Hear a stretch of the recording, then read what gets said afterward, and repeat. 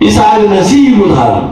ግን ልክ እነሱ እኛን እንደሚጠይቁን በቁርአናቸው ኢየሱስ እኔ ከማርያም በድንግልና የተወለድኩ የእርሷ ልጅ ነኝ፣ እኔ አልመሲህ ነኝ ያለበትን ቦታ ከቁርአናቸው አሳዩኝ እስኪ ብሎ መጠየቅን ተገቢ ነው። በኢየሱስ ማንነት ላይ የሚነሱ ብዙ ጉዳዮች መኖራቸው ይታወቃል።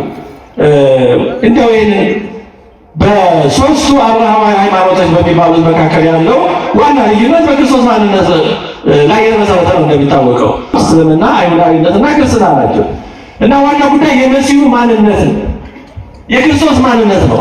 አይሁድ መሲሁን አልተቀበሉ፣ ሙስሊሞች ደግሞ ሌላ ነገር ይላሉ፣ መሲህ ነው ይላሉ፣ ግን አምላክነትን አይቀበሉ። እኛ የክርስቶስ መሲሁ መጥቷል የባህሪ አምላክ ነው እንላለን። እውነትም ነው። እንግዲህ የኢየሱስ የባህሪ አምላክነት ሲነገር እነዚህ አይሁዶች ለጊዜው ታዋቸውና ሌላኛዎቹ ደግሞ ማለት ነው ወይ ሙስሊም ወገኖቻችን የሚያነሱ ጥያቄ አለ። ኢየሱስ እኔ አምላክ ነኝ አምልኩኝ ብሏል ወይ በመጽሐፍ ቅዱስ? እስኪ በጥቁርና በነጭ ከራሱ አንደበት የተነገረ አሳዩ ከሳየትን ያምናለሁ ይላል። እንዲህ ጥያቄ ሲጠይቁ መስማት የተለመደ ነው። ግን በሌላ በኩል እኔ አምላክ አይደለሁም ሰው ብቻ ነኝ አታምልኩኝ ብሏል ወይ በጥቁርና በነጭ? ይህንን ካላሳዩን እኛ እንዳለ የማሳየት ግዴታ የለብንም። እኔ አምላክ አይደለሁም አታምልኩኝ ብሏል ወይ ብሎ መጠየቅ ያስፈልጋል እንጂ ዝም ብሎ የሆነ ጥሩ ስነ ምግባር ያለው ጨዋ ሰው ለመሆን ብቻ አይደለም። ስለዚህ ላተንት አርያኒዝም የተባለው በጣም ስር እየሰደደ ነው። ላተንት አርያኒዝም ማለት አርዮስ ክርስቶስን ያው አምላክ አይደለ የባህሪ አምላክ አይደለም፣ ግን ከፍጡራን ሁሉ ከፍ ያለ አድርጎ ነው የሚያስበው። እንደዚህ የሚያስብ ይሄ የአርዮሳዊነት እርሾ ለዘብ ባለ መንገድ በጣም ብዙ ሰው ተቆጣጥሮታል። ኢየሱስ ክርስቶስ አምላክ ካልሆነ አምላክነቱን ካላመን ምንም ጥቅም የለውም። ምክንያቱም ብዙ ሰዎች ተነስተዋል። ስለ ምግባርማ የሚያስተምሩ በየዘመኑ ሊነሱ ይችላሉ። በምድራችን ላይ ብዙ ትልልቅ ፈላስፎች ነበሩ። የተለያየ ስነ ምግባር አስተምረዋል። ስለ ሀገር፣ ስለ ሕዝብ፣ ስለ ዜጋ፣ ስለ አስተዳደር እነ ፕላቶ፣ እነ አሪስቶትል፣ እነ ሶቅራጥስ በጣም ብዙ ሰዎች እነ ኮንፊሽየስ። ያ ሁሉ ግን ወደ እግዚአብሔር የሚያቀርብ አይደለም። የእግዚአብሔር ልጆች እንድንሆን የሚያደርግ አይደለም። ተራ የሆነ የአኗኗር ስልትና ዘዴ የሚናገር ወደ እግዚአብሔር የሚያወጣ አይደለም። ለምን? ሰዎች ናቸው፣ እነሱ ፍጡራን ናቸው። ሞተው ቀርተዋል፣ መቃብር ይዟቸዋል። ሞትን ድል አድርጎ የተነሳ ክርስቶስ ሕያው ባህሪ ስለሆነ ነው ሕይወትን የሚሰጠን። የነገረን ነገር ሁሉ እውነት የሆነው እውነት መሆኑን የተረጋገጠው። የተወደዳችሁ እግዚአብሔር ቤተሰቦች መድኃኒታችን ኢየሱስ ክርስቶስ ስለ ራሱ የተናገራቸው ነገሮች እውነት ካልሆኑ ማለት ማለት ነው ኢየሱስ እንደተናገረው እንደነኝ እንዳለው የባህሪ አምላክ ካልሆነ ክርስትና የሚባል አይኖርም። ወንጌልስ ምን ይሰራል? ወንጌልም ስህተት ነው የሚሆነው። እና ወንጌል ከማቴዎስ ወንጌል ከመጀመሪያው ጀምሮ የሚናገረው ስለ ኢየሱስ ፍጹም ሰው ፍጹም አምላክነት ነው። ይሄ ነው እንጂ የሆነ ጥሩ መምህር ጥሩ ስነ ምግባር ያስተማረ እንደዚህ ያሉ አይደለም። አምላክ ካልሆነ ስጋ ውስጥ ደግሞ ምን ይጠቅመናል? መለኮት የተዋሃደ ነፍስ የተለየው ስለሆነ ሞትን ያሸነፈ ስጋና ደም ስለሆነ ሕይወትን የሚሰጠው ከዛ ባነሰ ከሆነ ምንም ክርስትና ከመነሻው እስከ መድረሻው ትርጉም አይኖረውም። ለዚህ ነው የኢየሱስን የባህሪ አምላክነት በደንብ አድርጎ መማርም መረዳትም መገንዘብ የሚገባው ከዚህ የተነሳ ነው። መሰረት ነው። አባቶቻችን በኒቅያ ጉባኤ ያን ሁሉ ከመለከሙት በዚህ ነው። ምክንያቱም የክርስቶስ አምላክ ካልሆነ ድነትም አይኖርም። ምክንያቱም ፍጡር ሊያድነው አይችልም። አምላክ ሰው እስከመሆን የደረሰው በሌላ መንገድ መዳን ስላልቻሉ ነው። ያን በእግዚአብሔርና በሰው መካከል ያለውን ፍጥረት አልፎ ሊሻገር ያልቻለውን ክፍተት ራሱ እግዚአብሔር መጣ። እኛ ወደዛ መሻገር ስለማንችል እሱ ወደ እኛ መጣ። አምላክ ወደ እኛ መጣ። ይሄ ነው የድነታችን ሁሉ መሰረት። መድኃኒታችን ክርስቶስ ስለራሱ ይህንና የመሳሰሉ ብዙ ነገሮችን ተናግሯል። እግዚአብሔር የባህሪ ክብሩን ለሌላ ለማንም አይሰጥም። ይሄ የታወቀ ነው። ክብሩን በጸጋ ይሰጣል። የባህሪ አምላክነትን ግን ለሌላ ለማንም አይሰጥም። ኢሳይያስ 42:8 ላይ ክብሬን ለሌላ ምስጋናዬን ለተቀረጹ ምስሎች አልሰጥም ይላል። መድኃኒታችን ክርስቶስ ለምሳሌ ምን አለ? ዮሐንስ 17:5 ላይ ሰባኒ በስማቲከ ዘሃለው ምስሌከ እንቅድመ ይትፈጠር ዓለም ሳይፈጠር ከአንተ ጋር በአንተ ዘንድ ባለ ክብር አክብረኝ አለ። ዓለም ሳይፈጠር ማን አለ? እግዚአብሔር ብቻ ነው ያለው። ስለዚህ በአንድነት በሶስትነት በሚታወቁት ፍጡር በማያውቀው በረቀቀ ምስጋና አክብረኝ አለ። ዘላለማዊነቱን ነው የተናገረው። ማንም ፍጡር ይሄ ማለት አይችልም። መላእክትም እንዲህ ማለት አይችሉም። ምክንያቱም የተፈጠሩ ናቸው። ዓለም ሳይፈጠር የነበረ ማንም የለም። እሱ ግን ዘላለማዊ ስለሆነ የባህርይ አባቱን እንዲህ አለ። አሁን ከፍጡር ወገን ከመላእክትም የሆኑ ከሰው እንዲህ ብሎ ቢናገር ምንድን ነው የሚሆነው? ይሄ ዲያብሎሳዊ ነው የሚሆነው። ራስን እግዚአብሔር ማድረግ ነው የሚሆነው። የትዕቢት ጫፍ ነው የሚሆነው። ዲያብሎስ የወደቀው በዚህ መሆኑ ይታወቃል። የማይገባውን አምላክነት ሲተው ምን ማለት ነው? መድኃኒታችን ክርስቶስ ዓለም ሳይፈጠር በአንተ ዘንድ ባለኝ በነበረኝ ክብር አክብረኝ ማለቱ እውነት የባህርይ አምላክ ስለሆነ ነው እንጂ እንዲያ ባይሆን ኖሮ ተቃራኒ ነበር የሚሆነው ማለት ነው። ያው ለመረዳዳት ነው እንዲህ የምንለው። ስለዚህ መድኃኒታችን ክርስቶስ የተናገራቸው ነገሮች እውነት ስለሆኑ እውነት መሆናቸው ደግሞ የሚታወቀው የባህርይ አምላክ ስለሆነ ነው። ከዛ ያነሰ አንድም ስንት ነገር ከሆነ ወንጌልን የጌታችንን ቃል እውነት ነው። እንደ አንድ ሊቅ ያብራራ ትንሽ ምን ብሏል? ኢየሱስ ክርስቶስ እንደተናገረው ካልሆነ አለ ወይ መድኃኒታችን የተናገረው ነገር እውነት ካልሆነ አለ እንደ ጥሩ ሰው እንደዚህም አይደለም የሚታየው። ወንጌልም እንደሆነ መጽሐፍ አይደለም የሚታየው። የመጨረሻ የውሸትና የነውር ጥግ ነው። አምላክ ሳይሆን አምላክ ነኝ ብሏል። ግን ወንጌል እውነት ስለሆነ አምላክ ነኝ ያለው አምላክ ስለሆነ ነው። በጣም መሰረታዊ ነገር ነው። ከኢየሱስ የባህርይ አምላክነት ውጭ ወንጌልም ክርስትና ምንም የለም። ለዚህ ነው በኒቅያ ጉባኤ ከዛ በኋላ በቁስጥንጥንያ በኤፌሶን ጉባኤ አባቶቻችን ይህንን እውነት ለማስጠበቅ ብዙ ዋጋ ከፍለዋል። አሁን ጸሎተ ሃይማኖት በኒቅያ ጉባኤ አባቶቻችን እውነተኛ የክርስቲያን ሃይማኖት የሚገልጥ አንቀጽ ነው። አዲስ አለ ያለውን ለመግለጽ ነው። ብዙ ዋጋ ከፍለዋል። ዘሩይ ሆሞ ኦሲዮስ የሚለው ቃል የአርዮሳውያን ኑፋቄ በሚያጋልጥ እውነተኛ ኦርቶዶክስ አስተምህሮ በሚጠብቅና በሚገልጽ መንገድ ለመግለጽ ብዙ ዋጋ ተቀብለዋል። ግን ዛሬ ብዙ ጊዜ ቅዳሴ ላይ ጸሎተ ሃይማኖት ምን ያህል ሙሉ ንባቡ በትክክል እንደሚባል እርግጠኛ አይደለሁም። ብዙ ቦታ እንዲሁ ወደ አምን ዋህዶ አምላክ እግዚአብሔር ማማዜ ሁሉ ገባሬ ሰራዊት ወብዛ ሰራዊት ዘጃስተሪ ይባላ ከዛ ወደ ሲፎት ዛይሩ ታሪባል አይዶ መከራ አራስቱ ዋጋ የተከፈለበት ስንት መከራ የታየበት አንቀጽ ነው። እንዲሁ ዋህደን እንድንመሰክረው ነው እና ስለ እግዚአብሔር እውነቱ ቅዳሴ ላይ ያሉ ምናዎችን በደንብ እንደባላቸው እውነቱ እንዲያው ዝም ብሎ ለገብሩ ጣ ገና ሲጀመር ከዛ ቅዱስ ሐዋርያ ወደሚለው ይላል። በደንብ ቅዳሴው የቅዳሴው አካል ነው። ንባቡ በደንብ እንደውም የተነበረው ሊተረጎም ሊወራራ ይገባዋል። በደንብ መስማት አለብን። ንባቡ አርባኞቹን ዲያቆናትና ቀሳውስት ቶሎ ተዘጋጅተው መምጣት ያስፈልጋል። አንዳንዴ ቶሎ መርገፉ የሚኬደው አናባቡ እያሳቀቀም እንዳይሆን እና ወደዚህ የገባው ምንድን ነው? ይህ በጣም መሰረታዊ ነገር ነው። ከዚህ በተቃራኒ አንድ ነገር ከመጽሐፍ ቅዱስ ላስታውሳችሁ። የማይገባውን ነገር የተናገረ ሰው ምን እንደደረሰበት። ሄሮድስ የተባለው ጌታችንን ያሳደደው ሳይሆን የእሱ ልጅ ሄሮድስ የሐዋርያት ሥራ ምዕራፍ 12 ከቁጥር 21 እስከ 23 ላይ እንዲህ ተብሏል። በተቀጠረ ቀንም ሄሮድስ ልብሰ መንግሥቱን ለብሶ በዙፋን ተቀመጠ። እነርሱንም አይሁድን በዚያ የነበሩትን ተናገራቸው። ሕዝቡ የእግዚአብሔር ድምፅ ነው የሰውም አይደለም ብለው ጮኹ። አይ መከረኛ ሕዝብ። ሄሮድስ ሲናገር ማለት ይሄ እግዚአብሔር ድምፅ ነው የሰው ድምፅ አይደለም አሉ። ቀለምና ልብስ ይሰጣቸው ነበር ይላል ወደኋላ ታሪኩ። ወደ መከራ ነው ሆድ ነው ነፃነትን የሚያሳጣ በእውነቱ በጣም ይሄ ጥቅም እንዲያው አሳዛኝ ነው። እና ሄሮድስን ይሄ እግዚአብሔር ድምፅ ነው አሉት ሲናገራቸው። በዚህ ጊዜ ምን ሆነ? ለእግዚአብሔርም ክብር ስላልሰጠ ያን ጊዜ የጌታ መልአክ መታው፣ በትንም ተመውቶ ሞተ ይላል። እንዲህ ከመሆኑ እግዚአብሔር ይሰውረን። ይሄ እግዚአብሔር ድምፅ ነው ሲባል አይደለም አላለም፣ አላስተባበለም። ይገባኛል አይነት ነው ተቀበለ። አያችሁ፣ የማይገባው የእግዚአብሔር ድምፅ ነው የተባለው እኮ ሌላ አይደለም። ያንን ስላላስተባበለ እንደሆነ አድርጎ ስለተቀበለ ይሄ ዕዳ በደል ሆኖበት በድል ተመውቶ ሞታል። አያችሁ፣ ሰው የማይገባውን ነገር መቀበል እንዲህ ያለ መቅሰፍት ያመጣል። እንዲሁ ስለ እግዚአብሔር ምስጋናችን እውነት ይሁን። እንዲሁ ልባችንን በማያምንበት አነሰጋገን በእውነቱ ሰው ለፈተና ማጋለጥም እና ሄሮድስ የማይገባው ምስጋና በመቀበሉ በትን ተመልቶ ነው የሞተው።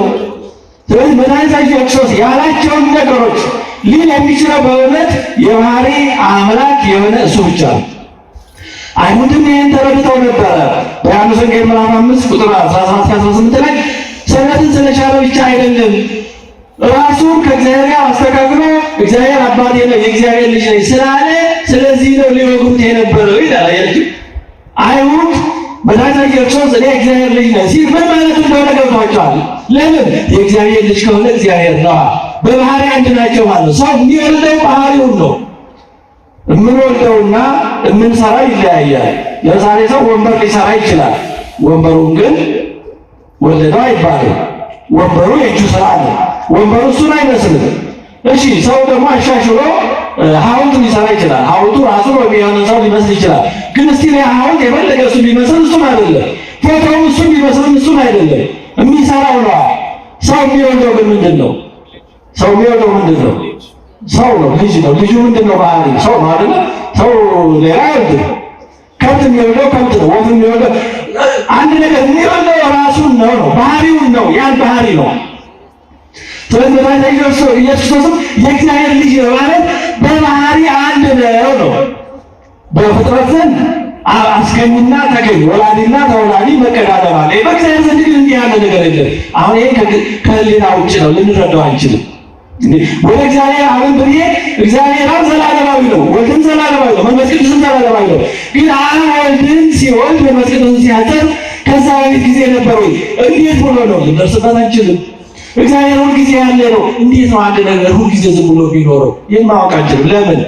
እኛ የምናውቀው ነገር መኖር የጀመረበት የሆነ ጊዜ አለ። ስለዚህ የእኛ መረዳት ሁል ጊዜ በጊዜና በቦታ የተገደበ ነው። በታይም ስፔስ ዳይሜንሽን ፎር ዳይሜንሽን ነው የሚባለው። በዚህ የተገደበ ነው። ከዚህ ውጭ የሆነ ነገር መረዳት አንችልም። መላእክትን እንኳን ማየት አንችልም። ለዚህ ነው ነፍስን እንኳን ማየት አንችልም። አያችሁ እኛ በውስጣችን ያለችው ነፍስ እንኳን ማየት አንችልም። የሚገርም የምናሳዝንም ነው። ግን እግዚአብሔር በእሱ አወቀ በብቃት ይገኛል። ሰዎች ደግሞ ያው ነፍስ ትሆናለች። ግን ውስንነታችንን ደግሞ መገንዘብ አለብን። በራሳችን ሆነ የምታወጣ ብታወርደን ነፍስ እንኳን ማየት የማንችል ይችን የፈጠረው እግዚአብሔር እንዴት ማወቅ እንችላለን? እግዚአብሔርን ለማወቅ የመጀመሪያው አለማወቅን ማወቅ ነው። የመጀመሪያው የመጨረሻው ነው። አባ ሕርያቆስ በቅዳሴ ማርያም እንዳለው መረመረ ከዛ በመጨረሻ ወይ ገብር ዘልቃትላው መጀመሪያው ወደ ነበረበት አለማወቅ ይመለሳል አለ። ግን የመጀመሪያውና የመጨረሻው በጣም ይለያያል። የመጀመሪያው ያለማወቅ ያለመመርመር የስንፍና ነው። የመጨረሻው ግን የብቃት ነው። እውቀት ሁሉ የሚመራው ወደ አለማወቅ ወደ ማወቅ ነው እንጂ የሆነ ነገር ሸምደደን የሆነ ነገር አጥንተን የሆነ ምዕራፍና ቁጥር እያማርታን እንዲህ ነው እግዚአብሔር ብለን በዛ ልክ የተረዳነው ከመሰለን አደገኛ ነው። እንደው አለማወቅ ሊሻል ይችላል። የእውቀት ሁሉ መዳረሻ መሰላል ወደ እግዚአብሔር ማውጣት ነው። ያዕቆብ ያየው መሰላል ከመሰላሉ በላይ ላይ ሳይሆን ከመሰላሉ በላይ ነው። ቢዮንድ ዘላደር ነው። አባብ ዘላደር ነው። ኦን ዘ ቶፕ ኦፍ ዘላደር አይደለም። እግዚአብሔር ያየው እዛ በላይ ነው። መሰላሉ ወደዛ ማውጣት ነው። ከእግዚአብሔር እንደዛ ነው ነገሩ። ስለዚህ እግዚአብሔር አባቴ ነው ማለቱ በባህሪ ከእግዚአብሔር ጋር አንድ ነኝ ማለት መሆኑን አይሁድ ተረድተዋል። እንግዲህ ቅድም ያነሳ ነው ራዕየ ዮሐንስ ምዕራፍ 22 ቁጥር 16 ላይ እንደ ርዕስ አድርገን የወሰድነው ይህንን ሁሉ ጠቅልሎ የሚያሳይ ነው። ምን አለ ጌታችን? እኔ የዳዊት ስርና ዘር ነኝ አለ።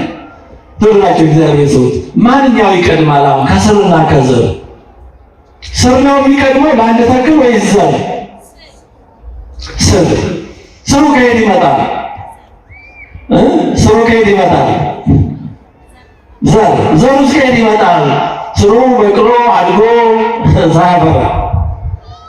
አየህ ክርስቶስ ነገር እንደዚህ ነው። የዳዊት ስርና ዘር ነኝ አለ። ዳዊት ላይ የተደረገው የዳዊት አምላክ ነው፣ እንደሞ የዳዊት ልጅ ተብሏል። ወልደ ዳዊት ወልደ አብርሃም ቅዱስ ማቴዎስ ወንጌሉን ሲጀምር መጽሐፈ ልደቱ ለእግዚእነ ኢየሱስ ወልደ ዳዊት ወልደ አብርሃም ብሎ ነው የጀመረው። የአብርሃም ልጅ የዳዊት ልጅ የኢየሱስ የትውልድ መጽሐፍ ብሎ ነው የጀመረው። የዳዊት ልጅ የአብርሃም ልጅ ዳዊትን የፈጠረ የዳዊት ልጅ ተብሏል። ክርስቶስ የዳዊት ልጅ ነው፣ እንደ ፍጹም ሰውነቱ ሰው ሆኗልና። ወኮነ ሰብአ ከማነ ዘእንበለ ኃጢአት ባሕቲቱ ያለ ኃጢአት በቀር ሰው ሆኗል። እኛ የወለውን ሁሉ ሆኗል። ፍጹም ሰው ነው። በሰውነቱ እንደኛ ሆኗል። ግን ደግሞ የኛ አምላክ ነው። እኛን የፈጠረ ነው። ዳዊትን የፈጠረ ነው። ይሄ ሚስጥር ነው። ይሄ መረዳት ነው። በቃ አዎ በምድር ተመላልሷል። ሰው ሆኗል። የዳዊት ልጅ ተብሏል። የዳዊት ልጅ ሆኗል። ግን ደግሞ ዳዊት ሳይፈጠር ሁሉ ነገር ሳይኖር የነበረ ዘላለማዊ አምላክ የአብርሃም ልጅ ተብሏል። የአብርሃም ፈጣሪ ነው። ይሄን መረዳት ነው ክርስትና ማለት። ይሄ መረዳት ነው ክርስትና ማለት። አይሁድ ወልደ ዳዊትነቱን ተረዱ፣ አምላክነቱን ግን አልተረዱም። በማቴዎስ ወንጌል ምዕራፍ 22 ላይ ጌታችን ፈሪሳውያን በቀረቡ ጊዜ ጠየቃቸው። የጠየቃቸው የጎደላቸውን ለመሙላት ነው። ከአንድ ክርክር በኋላ ሰዱቃውያንን ካሳፈራቸው በኋላ ሰዱቃውያንና ፈሪሳውያን ጠብ ነበሩ ውስጥ ነው። ክርስቶስን በማጥያት አንድ ይሆናሉ፣ እርስ በርስ ግን ሲለያዩ እንደ ውሻ ይናከሳሉ። እና ሰዱቃውያን አሳፍሯቸው ስለነበር በዚህ ደስ ብሏቸው ፈሪሳውያን ወደ እሱ ቀረቡ። ጌታችን አንድ ጥያቄ ጠየቃቸው። ስለ ክርስቶስ ምን ይመስላችኋል? ወልደ መኑ ውእቱ? የማን ልጅ ነው ክርስቶስ መሲሁ አላቸው። መሰረታዊ ጥያቄ ነው። ድነት የተቋጠረው በዚህ ጥያቄ ላይ መሲሁ ማን ነው ነው። በዚህ ጊዜ ምን ብለው መለሱ? ወልደ ዳዊት ውእቱ፣ መሲሁ የዳዊት ልጅ ነው አሉት። አሁን የመልሳቸው እውነት ነው ሐሰት ነው ወይስ ግማሽ እውነት ነው? አዎ ግማሽ እውነት ነው፣ ጎደሎ ነው። ምክንያቱም ክርስቶስ የዳዊት ልጅ ብቻ አይደለም። ትልቁ ጉዳይ ያለው ከዛ በኋላ ባለው ነው። የዳዊት ልጅማ ሰለሞን፣ አዶንያስ ሞልተዋል፣ ብዙ ነበሩ። የዳዊት ልጅማ የሥጋ ልጅማ መች ጠፋ? ትልቁ ምስጢር ያለው ከዛ ባሻገር ያለው ላይ ነው። ከጫፉ ያለው ገመድ እንደተባለው አንድ ሰው ያለው ተዛሪ ማናቸው አንድ የጻፉት ተረትና ምሳሌ ላይ ወደ ንስሐ አባቱ እየሄደ ሁሌ የሚናዘዘው አባቴ ነው ገመድ ሰርቄያለሁ እያለ እና ሁሌ ገመድ ነው ሰርቄያለሁ እያለ እና ገረማቸውና ይህ ያህል ገመድ የገመድ ሱስ ምን ያደርግልሃል ምንድን ነው ሲሉ አይ አባቴ እሱማ እንዲያው ከጫፉ ላይ እኮ ትንሽ በሬ አለ ያለ ይባላል። ጨው ሆነን እንድናጣፍጥ ብርሃን ሆነን እንድናበራ ነው የተናገረው። እና ብርሃን የሚያስፈልገው ደግሞ ለጨለማ ነው። ጨው የሚያስፈልገው ለማጣፈጥ ነው። እና ስለዚህ ነው ስለመሳሰሉት ምክንያቶች ነው ይህንን የመድኃኔዓለም የኢየሱስ ክርስቶስን ማንነት በተመለከተ እግዚአብሔር በፈቀደ መጠን አጠራርገን ለማማር የምንሞክረው። እንግዲህ ይህ ነገር በጣም ወሳኝና አስፈላጊ ስለሆነ ራሱ ባለቤቱ ክርስቶስም ለስም አጠራሩ ክብር ምስጋና ይግባውና ለደቀ መዛሙርቱ ወደ ዋና ጉዳዮች ከመግባቱ አስቀድሞ የገለጠላቸው ይህንን ጉዳይ ነው። እና ሰው ደግሞ ሲጠየቅ ይገባዋልና እንዲህ ነው ከማለት ከመሬት ተነስቶ ሲጠየቅ ለማወቅ ሕሊናው ይከፈታል። እውነቱን ከሐሰት ትክክሉን ከስህተት ለይቶ ለማወቅም ፍላጎት ይከፈታልና በጥያቄ የጀመረው ለዚህ ነው። እንደምናውቀው ማቴዎስ ወንጌል ምዕራፍ 16 ላይ እንደተጻፈው ደቀ መዛሙርቱን ሰዎች የሰው ልጅ ማን ይሉታል ብሎ በመጠየቅ ነው የጀመረው። እናስታውሳለን። ብዙዎቻችሁ ወይ ሁላችን ይህን ነገር ጌታችን ደቀ መዛሙርቱ በዙሪያቸው ያሉ አይሁድ፣ ጸሐፍት፣ ፈሪሳውያን የመሳሰሉት ስለ እኔ ምን ይላሉ ብሎ ጠየቃቸው። ሰዎቹ ሲሉ የሰሙትን ነገሩት። ከነቢያት አንዱ ወይ ዮሐንስ መጥምቅ ነው ወይ ኤልያስ ከነቢያት አንዱ ሊሆን ይችላል ይላሉ። ጌታችን ከዛ ቀጥሎ ይሄ ስህተት ስለሆነ እናንተስ ማን እንደሆነ ትላላችሁ ባለ ጊዜ ቅዱስ ጴጥሮስ እግዚአብሔር ገብቶለት አንተ ወልደ ክርስቶስ ወልደ እግዚአብሔር ነው፣ አንተ የሕያው እግዚአብሔር የባህሪ ልጁ ነህ ብሎ መሰከረ። ብፁዕ አንተ ስምዖን ወልደ ዮና የዮና ልጅ ስምዖን አንተ ብፁዕ ነህ። ይሄ ስጋና ደም የሚገልጠው እውቀት አይደለም። ስጋና ደም ማለት ተፈጥሯዊ እውቀት አይወጣም ማለት ነው። ሰው በተፈጥሯችን እናውቃለን፣ ግን የምናውቀው ስለ ፍጥረታዊ ስለሆኑ ጉዳዮች ነው። ስለመኖሩ የሚያመለክቱ ብዙ ነገሮች አሉ። ዱካ አለ በመጋቢነት እግዚአብሔር ማን እንደሆነ ግን ተመራምሮ መድረስ አይቻልም። አብርሃም በስነ ፍጥረት መድረስ የቻለው እስከ ፀሐይ ድረስ ነው። ከፀሐይ ባሻገር መድረስ አልቻለም። ዛሬ ምናልባት ሰዎች አለፍ ብለው ብዙ ጋላክሲዎችን ከዋክብቶችን እንዲህ ሊያዩ ይችላሉ በቴሌስኮፕ። ከዛ ባሻገር ያን ማን እንዳደረገ ግን ማወቅ አይቻልም። ሰው ስነ ፍጥረት ጠርዝ ደርሶ ዛዋ ላይ ማለት የሚችለው ይህን ሁሉ ያዘጋጀ በጣም የረቀቀውን ዓለም ማይክሮኮስሞስ አተም የሚባለው ከዛ በታች ያለውን ሰባቶሚክ ፓርቲክል በረቀቀ ሁኔታ የሰራ የረቀቀውን የገዘፈውን ዓለም ደግሞ ተቆጥሮ በጋላክሲ እንኳን የማይደረስበትን የሰራ እግዚአብሔር በሁለቱም አርቅቆ ነው የሰራው። በጣም ርቀቱንም እንዳንደርስበት አድርጎ እንዲያመለክተን ከአተም በታች የረቀቁ የሚሏቸው ነገሮች እነዛ ውስጥ ያለው ኃይል ዓለምን የሚያናውጥ ነው። የሚገርም ነው። ግዝፈቱም የሚገርም ነው። ስለዚህ በዚህ ውስጥ እግዚአብሔር ምልክቱን አሳይቷል። በእነዚህ ግን ራሱ እግዚአብሔር ማወቅ አይቻልም። በእነዚህ ማወቅ የሚቻለው እኒህን ያዘጋጀ መኖሩን ማወቅ ይቻላል። ያዘጋጀው ማን እንደሆነ ባህሪውን ግን ልናውቅ አንችልም። ስለዚህ እንደ አብርሃም ተገለጠልኝ ነው ማለት የምንችለው እና መድኃኒታችን ክርስቶስ ሥጋና ደም አልገለጠልን ያለው ለዚህ ነው ማለት በምርምር በእኛ እውቀት በሎጂክ በአርጊመንት በፊሎሶፊ እግዚአብሔር እንዲህ ሊሆን ይችላል ብለን ልንደርስበት አንችልም። እንኳን እግዚአብሔርን ነፍሳችንን ወይም ሌሎች ነገሮችን እንኳን በክርክር እንዲህ ናቸው ልንል አንችልም። የሆኑትን ነው ማወቅ የምንችለው። ሳይንስ ዲስከቨር የሚባለው ለዚህ ነው። ዲስከቨር ማለት ያለን ነገር የተሸፈነውን መግለጥ ነው። ከበር ያው የተሸፈነ መሸፈን ነው። ዲስ ማለት ያን መግለጥ ነው። ሰው በሳይንሳዊ እውቀት እንኳን ያልነበረ ነገር እንዲሆን ማድረግ አይችልም። ያለውን ማወቅ ነው። ካለው ማገጣጠም ነው። ወሶጦም ዝንቱ ውስተ ዝንቱ እንዳለ አንዱን ከአንዱ መገጣጠም ነው። ኬሚስትሪ ማለት መቀመም ነው። ከዚህ ከዛ አድርጎ እንዲህ ሰው ያልነበረ ነገር ማውጣት አይችልም። በፍጥረት ዓለም እንኳን በእግዚአብሔር ዘንድ ማለት ነው። ስለዚህ እግዚአብሔር የምናውቀው እሱ የገለጠው ነው። ለዚህ ነው ጌታችን ከጥያቄ የጀመረው። ሰው በምርምር ወይም በይመስላል እውነተኛ የክርስቶስን ማለት ማወቅ አይችልም። እንደዛ ቢሆን ክርስቶስ ሲመላለስ ያዩት ተአምር ሲያደርግ ያዩት ሰዎች የተሻለ የማወቅ ዕድል ነበራቸው፣ ግን አላወቁትም። እንዲሁ ከነቢያት አንዱ ሊሆን ይችላል። ተአምር ያደረጉ እነ ሙሴ እነ ኤልያስ አሉ። ስለ ሕዝቡ ያዙ የነበሩ እነ ኤርምያስ አሉ። እንዲሁ ከነሱ አንዱ ሊሆን ይችላል አሉ። ሄሮድስ ደግሞ ቢቸግረው ያ ዮሐንስ መጥምቅ እኔ ያስገደልኩት ተነስቶ ሊሆን ይችላል አሉ። በሰብአዊ እውቀት መድረስ የሚቻለው ከዚህ ነው። እግዚአብሔር የገለጠው እውቀት ግን ክርስቶስ የእግዚአብሔር ልጅ ነው የሚል ነው። ስለዚህ ጌታችን ይህንን አጽድቆ ቤተክርስቲያንን በዚህ እውነት አለት ላይ መሰረታታል። ይሄ አለት ማለት እውነቱ ነው። አለቱ ጴጥሮስ አይደለም። ጴጥሮስማ ሙቷል። ቤተክርስቲያን መሰረቷ የሚሞት አይደለም። ያ ቤተክርስቲያን የተመሰረተችበት አለት ማለት ይሄ የኢየሱስ የባህሪ አምላክነት ማለት ይሄ እውነት ነው የማይናወጸው። በዚህ አለት ላይ ነው ቤተክርስቲያን የተመሰረተችው። ስለዚህ መሰረታችንን ማወቅ ማስታወስ በጣም ወሳኝ ነገር ነው። የተወደዳቸው እግዚአብሔር ቤተሰቦች ትምህርተ በዓል የተባለው የቤተክርስቲያናችን መጽሐፍም ዜማው ሚስጥሩ በጣም ደስ የሚል ይህን የተመለከተ ሀሳብ ነው። ወበእንተዝ ይበል ኖላዊ መፍትው ከነገረ በዓል ከመ ታይምሩ መና ትሳተፉ ለቅድሳት ወለመኑ ትገብሩ ተስካሮ በአኮቴት። በቅድሳት የምትሳተፉት ሥጋውን ደሙን የምትቀበሉት ማን መሆኑ እሱን ማወቅ ይገባል።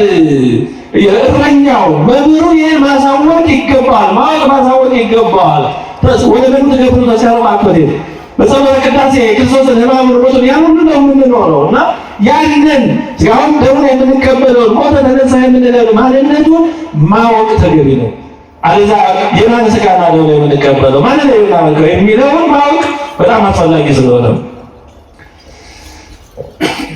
እንግዲህ እንደምናውቀው በኢየሱስ ማንነት ላይ የሚነሱ ብዙ ጉዳዮች መኖራቸው ይታወቃል። እንደው ይህንን በሶስቱ አብርሃማዊ ሃይማኖቶች በሚባሉት መካከል ያለው ዋና ልዩነት በክርስቶስ ማንነት ላይ የተመሰረተ ነው። እንደሚታወቀው እንግዲህ ሶስቱ አብርሃማዊ የሚባሉት ናቸው አላልኩም። የሚባሉት አብርሃም እንደ አባት ይቀበላል የሚባሉት እስልምና፣ አይሁዳዊነትና ክርስትና ናቸው እና ዋና ጉዳይ የመሲሁ ማንነት ነው፣ የክርስቶስ ማንነት ነው። አይሁድ መሲሁን አልተቀበሉ፣ ሙስሊሞች ደግሞ ሌላ ነገር ይላሉ፣ መሲህ ነው ይላሉ፣ ግን አምላክነቱን አይቀበሉ። እኛ የክርስቶስ መሲሁ መጥቷል የባህሪ አምላክ ነው እንላለን። እውነትም ነው። እንግዲህ የኢየሱስ የባህሪ አምላክነት ሲነገር እነዚህ አይሁዶችን ለጊዜው ተዋቸውና ሌላኛዎቹ ደግሞ ማለት ነው ወይ ሙስሊም ወገኖቻችን የሚያነሱት ጥያቄ አለ። ኢየሱስ እኔ አምላክ ነኝ አምልኩኝ ብሏል ወይ በመጽሐፍ ቅዱስ? እስኪ በጥቁርና በነጭ ከራሱ አንደበት የተነገረ አሳዩ ኃያል ከዛየትን ያምናል ይላል። እንዲህ ጥያቄ ሲጠይቁ መስማት የተለመደ ነው። ግን በሌላ በኩል እኔ አምላክ አይደለሁም ሰው ብቻ ነኝ አታምልኩኝ ብሏል ወይ በጥቁርና በነጭ? ይህንን ካላሳዩን እኛ እንዳለ ያሳየን ግዴታ አይደለም። እኔ አምላክ አይደለሁም አታምልኩኝ ብሏል ወይ ብሎ መጠየቅ ያስፈልጋል።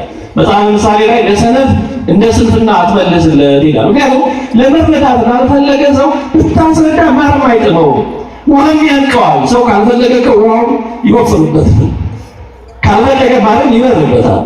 ሰው ሲፈልግ ነው። እንኳን የሚጣፍጠው የመረረውም ጣፍጦት የግድ የሚመራው ሲፈልግ ነው። ረሃብ ነው ምግቡን የሚያጣፍጠው ይባላል እንጂ።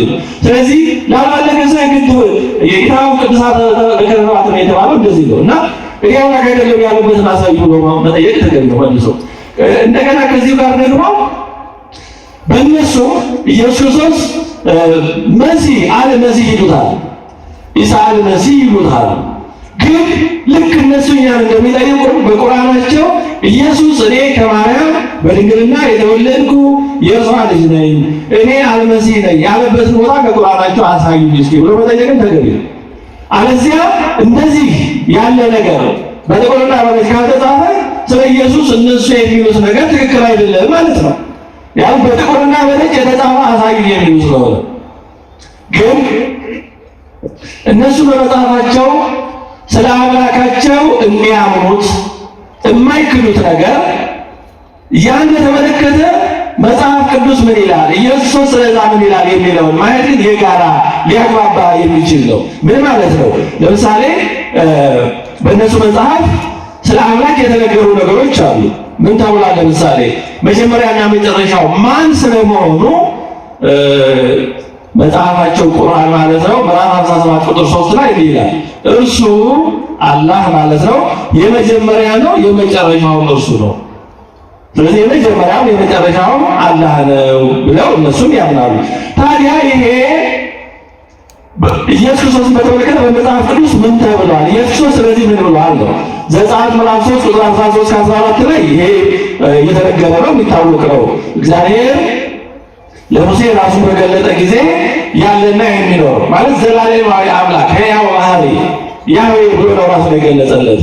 በትንቢተ ኢሳይያስ ምዕራፍ 44 ምዕራፍ 55 ላይ ምዕራፍ 45 ላይ ደጋግሞ ፊተኛውና ኋለኛው መጀመሪያውና መጨረሻው ያለና የሚኖር እኔ ነኝ ብሏል። ስለዚህ ዘላለማዊ አምላክ ፊተኛውና ኋለኛው እግዚአብሔር መሆኑ የታወቀ ነው። ኢየሱስ ክርስቶስ ይህንን በተመለከተ ምን ብለዋል? አሁን ጉዳዩ ራእይ ዮሐንስ ምዕራፍ 1 ቁጥር 17 እስከ 18 እንዲህ ይላል፣ ባየሁትም ጊዜ እንደ ሞተ ሰው ሆኜ ከእግሩ በታች ወደቅሁ። ባየሁትም ጊዜ እንደ ሞተ ሰው ሆኜ ከእግሩ በታች ወደቅሁ። ፊተኛውና እሱ አረጆ ሞቼ ነበር፣ ሕያውም ነኝ፣ ከዘላለም እስከ ዘላለም ድረስ ሕያው ነኝ። የሲኦልም የሞትና የሲኦል መክፈቻ አለኝ። ፊተኛውና ኋለኛው አልፋና ኦሜጋ እኔ ነኝ አለኝ ይላል። እኔ ነኝ ብሎ ይሄንን የተናገረው ማን ነው? ኢየሱስ ክርስቶስ። ስለዚህ ኢየሱስ ምን አለ? ፊተኛውና ኋለኛው መጀመሪያውና መጨረሻው አልፋና ኦሜጋ እኔ ነኝ አለ። ከእግዚአብሔር በቀር ዘላለማዊ አለ ወይ? የለም። መላእክት ዘላለማውያን አይደሉም? አይደሉም። የተፈጠሩ ናቸው። የፍጥረት ሁሉ መጀመሪያ ኦሪት ዘፍጥረት ምዕራፍ 1 ቁጥር 1 ላይ በቀዳሚ ገብረ እግዚአብሔር ሰማየ ወምድረ ተብሎ የተነገረው ነው። ያቺ በመጀመሪያ ናት የፍጥረት ሁሉ አንድ ብሎ የጀመረባት። ከዛ በፊት ከእግዚአብሔር በቀር ማንም የለም። ከዛ በፊት ማን የነበረው? እግዚአብሔር። በምን አይነት ሁኔታ አይታወቅም። ጊዜም የለም፣ ዘመንም የለም፣ ምንም የለም። ከዛ በፊት እግዚአብሔር ብቻ ነው ያለ። ከዛ በፊት ዘላለማዊነት ነው። ጊዜም የመጣ ከፍጥረት በኋላ ነው። ስለዚህ ፊተኛና ኋለኛ መጀመሪያና መጨረሻ እግዚአብሔር ብቻ ነው። ከተፈጠርን ዘንድ ሰዎችና መላእክት ያው ወደፊት ቀጣዮች ነን። ሕይወታችን ዘላለማዊ ነው። መጀመሪያ ግን አለን። ሰዎችም ሆነን መላእክትም ሆነ ሰዎች መጀመሪያ አለን፣ መጀመሪያ የሌለን አይደለም። መጀመሪያና መጨረሻ የሌለን እግዚአብሔር ብቻ ነው። ይሄን ደግሞ ጌታችን መድኃኒታችን ክርስቶስ ስለ ራሱ ተናግሯል። ፊተኛና ኋለኛው መጀመሪያውና መጨረሻው አልፋና ኦሜጋው እኔ ነኝ ብሏል። ስለዚህ በእነሱ ዘላለማዊ አምላክ አንድ ከሆነ ያ ዘላለማዊ ብቸኛ አምላክ ኢየሱስ እኔ ነኝ ብሏል። ሁለተኛ ኃጢአትን ይቅር ማለት የሚችለው ማን ነው? በእነሱም መጽሐፍ ምዕራፍ 3 ቁጥር 135 ላይ ኃጢአትን ይቅር የሚል አላህ ብቻ ነው ይላል። ኃጢአትን ይቅር የሚል ማለት የሚችለው አላህ ብቻ ነው ይላል። መድኃኒታችን ኢየሱስ ኃጢአትን በማስተስረይ በኩል ምን አድርጓል? በማቴዎስ ወንጌል ምዕራፍ 9 በማርቆስ ወንጌል ምዕራፍ 2 ላይ እንደተጻፈው ኃጢአትን ተሰረየችልህ ብሏል። ብዙ ሰው ለምሳሌ አንዱን ሽባ ሆኖ ወደ እሱ ያመጡትን አንተ ልጅ ኃጢአትህ ተሰረየችልህ አለ ይላል። በዛ ይሄንን ይሰሙ የነበሩ ጸሐፍት ፈሪሳውያን ተረድተው ከእግዚአብሔር በቀር ኃጢአትን ማን ማስተስረይ ይችላል? ይሄ ሰው ይሳደባል አሉ። ይሳደባል ማለታቸው ነው እንጂ ስለቱ ከእግዚአብሔር በቀር ኃጢአትን ማን ያስተሰርያል ማለታቸው እውነት ነው። ከእግዚአብሔር በቀር ኃጢአትን ማስተስረይ የሚችል የለም። እስኪ አረፍተ ነገር ከእግዚአብሔር በቀር ኃጢአትን ማስተስረይ የሚችል አለ ወይስ የለም? እስኪ በጣም ሩቅ ስለሆነ በእርግጥ ለእንዲህ አይነት አይመችም። ትንሽ የርቀት ትምህርት ነው የሚመስለው፣ ግን ይሁን። ከእግዚአብሔር በቀር ኃጢአትን ማስተስረይ የሚችል አለ ወይስ የለም? የለም። ታዲያ ካህናት ኃጢአትን ያስተሰርያሉ። እንዴት አድርገው ነው? አባቶቻችን ኃጢአትን ያስተሰርያሉ። ግን ምን ብለው ነው ኃጢአትን የሚያስተሰርዩ? የማይሰራ ኃጢአት ማን ይፍታ ነው የሚሉት? እግዚአብሔር ይፍታ። ባያጂ ኃጢአቱን የማስተስረይ ስልጣኑ የማን ነው? የእግዚአብሔር ነው። ካህናት የእግዚአብሔር እንደራሴዎች፣ የእግዚአብሔር መናገሪያዎች ናቸው። ኃጢአትን የማስተስረይ ስልጣኑ ግን የእግዚአብሔር ነው። ስለዚህ መድኃኒታችን ክርስቶስ ኃጢአትን ማስተስረይ የሚችል የባህሪ አምላክ ነው። መድኃኒታችን ክርስቶስ አምላክ ሳይሆን ኃጢአትን ተሰረየችን ቢል ኖሮ በጣም ተገቢ አይሆንም ነበር፣ ስህተት ነበር የሚሆነው። ፈሪሳውያን ያቀረቡት ወቀሳ፣ ጸሐፍት ያቀረቡት ወቀሳ ትክክል ነበር የሚሆነው። ግን መድኃኒታችን እውነተኛ አምላክ ስለሆነ ኃጢአትን አስተስርዮአል። ሶስተኛ የመጨረሻው ፈራጅ ማን ነው ነው? በመጨረሻ ቀን ፍርድ የሚፈርደው ማን ነው? በእነሱ አሁን እንዲህ የምናነሳው ለምን መሰላችሁ? የጋራ ነገር በሌለበት መነጋገር አስቸጋሪ ስለሆነ፣ ስለዚህ እነሱ ስለነዚህ የሚሉትን ነገር ክርስቶስ ነው ይብሏል። የመጨረሻው ፈራጅ ማን ስለመሆኑ ምዕራፍ 22 ቁጥር 16-17 ላይ እንዲህ ይላል፣ በዚያን ቀን መንግስት ለአላህ ትሆናለች፣ በእነርሱ መካከል ይፈርዳል ይላል። በክፉዎች በበጎች ላይ ፈርዶ መልካሞችን ወደ ጀነት፣ ክፉዎችን ደግሞ ወደ ቅጣት ይሸኛቸዋል ይላል። ስለዚህ በእነሱ መካከል ይፈርዳል ማለት ፍርድ ለአላህ ብቻ መሆኗን ይናገራል። ታዲያ ክርስቶስስ ዘላለማዊ ፍርድ በተመለከተ ምን ብሏል? በማቴዎስ ወንጌል ምዕራፍ 25 ቁጥር 31-32 ላይ የሰው ልጅ በክብሩ በሚመጣበት ጊዜ ከእርሱ ጋር ቅዱሳን መላእክቱ ሁሉ በዚያን ጊዜ በክብሩ ዙፋን ይቀመጣል። በክብሩ ዙፋን ይቀመጣል። አሕዛብም በፊቱ አሕዛብም ሁሉ በፊቱ ይሰበሰባሉ። አዎ አሕዛብም ሁሉ በፊቱ ይሰበሰባሉ። ዛሬ የማያምኑበት፣ ዛሬ የሚሳለቁበት፣ እንዴት አምላክ ሰው ይሆናል፣ አምላክ እንዴት ይሞታል እያሉ የተደረገላቸውን እውነታ መልሰው መክሰሻና መውቀሻ የሚያደርጉበት ሁሉ በፊቱ ይሰበሰባሉ። ያኔ በፊቱ ሲሰበሰቡ ከሚወቀሱት ከመሆን እግዚአብሔር ይሰውረን። በእውነቱ ውለታውን አውቀው በውለታው ፍቅር የበሩትን ያመሰግናቸዋል። በውለታው በፍቅሩ ያሾፉትን የቀለዱትን ያላመኑበትን አምነው ደግሞ የስም ክርስቲያኖች ሆነው በተቃራኒው ሌላ ሕይወት የኖሩትን ደግሞ ይወቅሳቸዋል። ከሚወቀሱት ከመሆን እግዚአብሔር ይሰውረን። በእውነት እዚህ ግቢ ያለን በእውነት አረ ሁሉንም የሰው ልጅ ከዚህ ወቀሳ ይሰውርልን። እሱስ ፈቃዱ ነው፣ የኛ ቢታ ነው እንጂ። ስለዚህ እረኛም በጎቹን ከፍየሎቹ እንደሚለይ እርስ በርሳቸው ይለያቸዋል። በጎቹን በቀኙ ፍየሎችን በግራ ያቆማቸዋል ይላል። መድኃኒዓለም ኢየሱስ በፍርድ ዙፋን ይቀመጣል። አሕዛብ ሁሉ በፊቱ ይሰበሰባሉ። በጎች የተባሉ ጻድቃን በቀኙ፣ ፍየሎች የተባሉ ኃጥአን በግራ ይቆማሉ። ከዛ ላይ እያንዳንዱ ተገቢውን ፍርድ ያስተላልፋል። ሁሉ ውስጥ ተገጽሳት ዘላለም ይላል ክፉዎችን፣ መልካሞችን ደግሞ ቡሩካኑ ለአቤ የአባቴ ቡሩካን ብሎ ያመሰግናቸዋል፣ ወደ ዘላለማዊ ሕይወት ይላቸዋል። ስለዚህ ይህንን ፍርድ የሚሰጠው መድኃኒታችን ኢየሱስ ክርስቶስ ነው። ታዲያ ዘላለማዊ ፍርድን የሚሰጠው አምላክ ከሆነ ያ አምላክ ክርስቶስ ነው። ምክንያቱም በመጨረሻ ቀን የሚፈርደው ለሁሉም የሥራው ዋጋውን የሚሰጠው እሱ ነው። ራዕየ ዮሐንስ ምዕራፍ 22 ቁጥር 12 ላይ ይኸው ተነግሯል። እንዲህ ይላል ጌታችን፣ እነሆ በቶሎ እመጣለሁ፣ ለእያንዳንዱም እንደ ሥራው መጠን እከፍል ዘንድ ዋጋዬ ከኔ ጋር አለ። ለእያንዳንዱ እንደ ሥራው መጠን እከፍል ዘንድ ዋጋዬ ከኔ ጋር አለ አለ። ሁለተኛ ቆሮንቶስ 5:10 ላይ ቅዱስ ጳውሎስ መልካም ቢሆን ወይም ክፉ እንዳደረገ እያንዳንዱ በሥጋው የተሰራውን በብድራት ይቀበል ዘንድ ሁላችን በክርስቶስ በፍርድ ወንበር ፊት ልንገለጥ ይገባናልና ሀለወነ ንቁም ቅድመ መንበረ ኩናኑ በክርስቶስ። እያንዳንዳችን በክርስቶስ የፍርድ ወንበር ፊት እንቆማለን። እንደ ሞትን ያው ይህን የሰማዩን ጉዞ ካለፍነው ነው፣ የአየር አጋንንቱን ካለፍነው፣ ወደ ጥልቁ ኃጢአታችንን አዘክረው ካልወሰዱን ነው። ያው ከሞት በኋላ ነፍስ ብዙ ጠውረድ አለባት። አሁን እዛ አንገባም እንጂ ከዛ ካለፍን በፊቱ እንቆማለን። ይሄ መጀመሪያ አራ ደግሞ አማራዊ ዘላለማዊ ፍርድ አለ። አሁንም በፊቱ መቆም አለ። ስለዚህ በፊቱ የምንቆምለት ነፍስ ሁሉ በፊቱ የምትቆምለት እንደሰራችው ስራ፣ እንደኖረችው ሕይወት፣ እንዳመነችው እምነት ዋጋዋን ወይ ፍዳ የምትቀበልበት የክርስቶስ የፍርዱ ዙፋን ነው። ፈራጁ እሱ ነው። ስለዚህ ፈራጁ አንድ አምላክ ከሆነ የአምላክ ኢየሱስ ክርስቶስ ነው። እውነት ማን ነው? የእነሱ መጽሐፍ ምዕራፍ 22 ቁጥር 6 ላይ እውነቱ አላህ ነው ይላል። በዮሐንስ ወንጌል ምዕራፍ 14 ቁጥር 6 ላይ ደግሞ መድኃኒታችን ኢየሱስ ክርስቶስ እኔ እውነት ነኝ ብሏል። እኔ መንገድ፣ እውነት፣ ሕይወት ነኝ ብሏል። እኔ እውነት ነኝ ነው። ስለዚህ እውነቱ አንድ አምላክ ከሆነ የአምላክ ኢየሱስ ክርስቶስ ነው።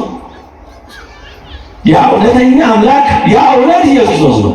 የተወደዳችሁ እግዚአብሔር ሰዎች ጌታችን እኔ እውነተኛ ነኝ አይደለም ያለው፣ እኔ እውነት ነኝ ነው ያለው። ማለት ራሱ እውነት እኔ ነኝ ነው። ስለ እውነት አስተምራለሁ ወይም ትምህርት የእውነት ነው እንደዚህ አይደለም ያለው። ይሄ ሳይሆን አይደለም። ትምህርቱ እውነት ነውማ ሰውም ትምህርቱ እውነት ሊሆን ይችላል። ሐዋርያት ትምህርታቸው እውነት ነው። ሊቃውንት ትምህርታቸው እውነት ነው። እውነተኛ ማለት ጻድቃን እውነተኞች ናቸው። ጻድቃን ማለት እውነተኞች ማለት ነው። ራሳቸው እውነት ግን አይደሉም። ሐዋርያት ራሳቸው እውነት አይደሉም፣ እውነተኞች ግን ናቸው። እነሱ የእውነት ተከታዮች ናቸው። ሐዋርያት የእውነት ደቀ መዛሙርት ናቸው። እውነትን ሰምተው ለመኖር ጥረት የሚያደርጉ ናቸው። ራሱ እውነት የሆነ ክርስቶስ ብቻ ትሩዝ ኢንካርኔት ስግው ቃል ሰው የሆነ አምላክ እውነት እሱ ነው። ስለዚህ በእነሱ መለኪያ እውነተኛው እውነት የሆነ አምላክ ያ አምላክ የሚሉት ከሆነ መድኃኒታችን ክርስቶስ እውነት ነው።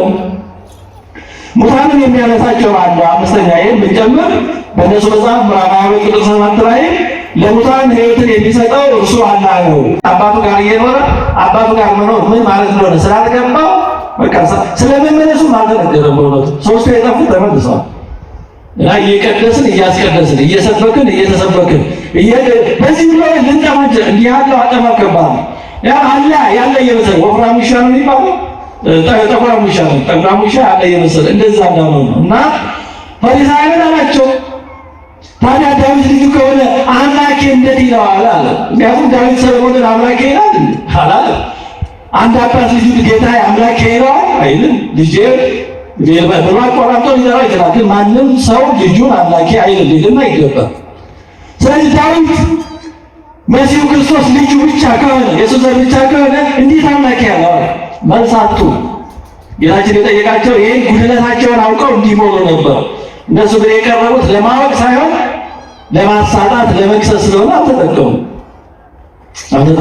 እግዚአብሔር በእውነቱ እየሰማን እየደገምን እየጸለይን እያስቀደስን እየቀደስን ካለመጠቀም ከመጎዳት ይሰውረን ብለን በእውነቱ አዎ በጣም ማስተዋል የሚፈልገው ለዚህ ነው። በእውነቱ እግዚአብሔር ምንም እናደርግለት አንችልም። እኛ በጣም ልክ ለእግዚአብሔር የሆነ ውለታ እንደዋልነት አድርገን ማሰብ የለብንም።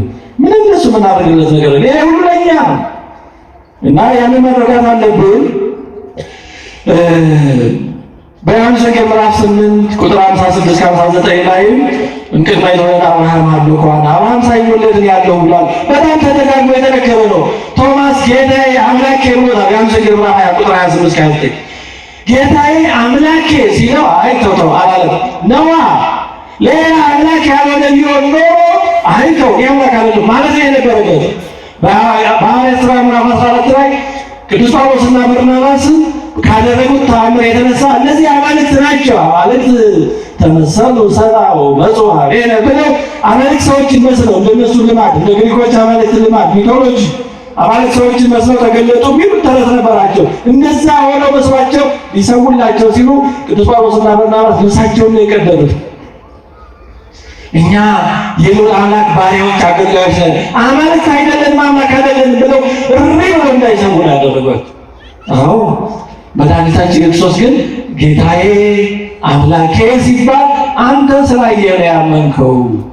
ሳያዩ ሰምተው የሚያምኑ ግን ብፁዓን ናቸው ነው አላስተባበለም። ነዋ በዮሐንስ ወንጌል ምዕራፍ 12 ቁጥር 1 ላይ ጌታችን እመኑ ወመኑ አውያ በእኔ እመኑ በአባቴ እመኑ። አምላክ ያልሆነ ማንም በእኔ እመኑ ሊል አይችልም። ሐዋርያ በእኔ እመኑ ይላል፣ ሊቅ በእኔ እመኑ ይላል አይልም። በአምላክ እመኑ ነው የሚለው። በማስተምራችሁ በመነግራችሁ በሞተላችሁ በተነሳላችሁ በፈጠራችሁ እመኑ ነው የሚለው። ሌላ በእኔ እመኑ የሚል የለም። እንዲህ የሚል ከሆነ ሐሰተኛ ነው። መድኃኒታችን ክርስቶስ ግን አምላክ ስለሆነ የሚታመን ሊታመን የሚገባ አምላክ ስለሆነ በእኔ እመኑ አለ። ይሄ ማንም ፍጡር ሌላ አይችልም። በዮሐንስ ወንጌል ምዕራፍ 10 ቁጥር 24-31 ላይ አይሁድ ጋር በነበረው ተዋሶ አንተ እንደው ክርስቶስ ስለመሆን እስቲ እቅጩን ቁርጥ አድርገህ ንገረን አሉት። ኧረ እኔ ደጋግሜ ነግሬያችሁ ነበር እናንተ ግን አትሰሙም አለና በጎቼ ድምፄን ይሰማሉ፣ እኔም አውቃቸዋለሁ ይከተሉኝማል። እኔም የዘላለም ሕይወትን እሰጣቸዋለሁ፣ ለዘላለምም አይጠፉም፣ ከእጄም ማንም አይነቃቸውም። እኔና ማን ነን አለ። አይሁድ ሊወግሩት ደግሞ ድንጋይ ያነሱ። ለምንድን ነው ሊወግሩት ድንጋይ ያነሱ? ምን እንደገባቸዋል? በጎቼ እኔ አውቃቸዋለሁ፣ ድምፄን ይሰማሉ፣ የዘላለም ሕይወትን እሰጣቸዋለሁ።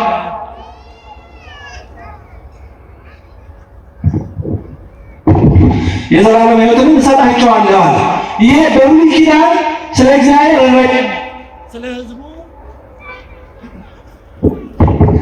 ስለ እግዚአብሔር እረኝነት፣ ስለ ሕዝቡ መንጋነት ተነገረ።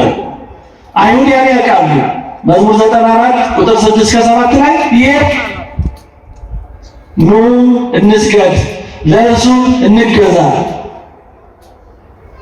ኑ እንስገድ ለእርሱ እንገዛ፣ በእርሱ በፈጠረን በእግዚአብሔር ፊት እንንበርከክ፣ እርሱ አምላካችን ነውና እኛ የማሰማሪያው ሕዝብ የእጁ በጎች ነን ተብሏል። አይሁድ ይህንን የብሉይ ኪዳኑን ዳዊት ያውቃሉ። የተማረ ግደል የሚባል አንዳንዴ ለዚህ ነው ሆኑት። ስለዚህ ያ የበጎቹ እረኛ በጎቹን የሚያሰማራ ለበጎቹ የዘላለም ሕይወትን የሚሰጥ በጎቹን የፈጠረ ማን እንደሆነ ያውቃሉ፣ እግዚአብሔር እንደሆነ። አሁን ጌታችን እኔ ያለኝ እያላቸው እኔ ያ የበጎቹ ባለቤት የበጎቹ እረኛ ነኝ፣ ለበጎቹ የዘላለም ሕይወት እሰጣቸዋለሁ አለ። አንተ እንዴት ራስህን እንዲህ ያለ አምላክ ነኝ ትላለህ ብሎ ነው ሊወግሩት ድንጋይ ያነሱት። ሀሳቡ ገብቷቸዋል። ያም የዘላለም ሕይወትን መስጠት ከእግዚአብሔር ውጭ ማንም አይችልም። እኔ የዘላለም ሕይወት እሰጣቸዋለሁ የሚል ሐዋርያ አለ፣ የሚል ጻድቅ አለ፣ የሚል ሰማዕት አለ? ቢትራሽ የለም። እንዴ የማክደት ነው። የዘላለም ሕይወትን እሰጣቸዋለሁ ያለው ራሱ ሕይወት የሆነ የባህሪ አምላክ ስለሆነ ብቻ ነው። እንዲህ ስለሆነ ብቻ ነው። ኢሳይያስ 45 ቁጥር 23 ላይ እግዚአብሔር እንዲህ ይላል፣ ጉልበት ሁሉ ለእኔ ይንበረከካል አለ። ጉልበት ሁሉ ለእኔ ይንበረከካል አለ እግዚአብሔር። በአዲስ ኪዳን ደግሞ ፊልጵስዩስ 2:6-10 ላይ በሰማይና በምድር ከምድር በታች ያሉት ሁሉ በኢየሱስ ስም ይንበረከኩ ዘንድ። በብሉይ ኪዳን ጉልበት ሁሉ ለእኔ ይንበረከካል ያለው አምላክ በአዲስ ኪዳን ደግሞ በሰማይ በምድር ከምድር በታች ያለው ምላስ ሁሉ ለኢየሱስ ክርስቶስ ይንበረከካል። ስለዚህ ጉልበት ሁሉ የሚንበረከኩለት የእውነተኛ የባህሪ አምላክ ስለሆነ ነው። ከአምላክ ውጭ ለሌላ የባህሪ አምልኮ ስግደት አይፈጸምም። ለቅዱሳን የምናደርገው የአክብሮት የፍቅር የጸጋ ነው። የታወቀ ትምህርታችን ወደ ማጠቃለሉ እየመጣን ነው።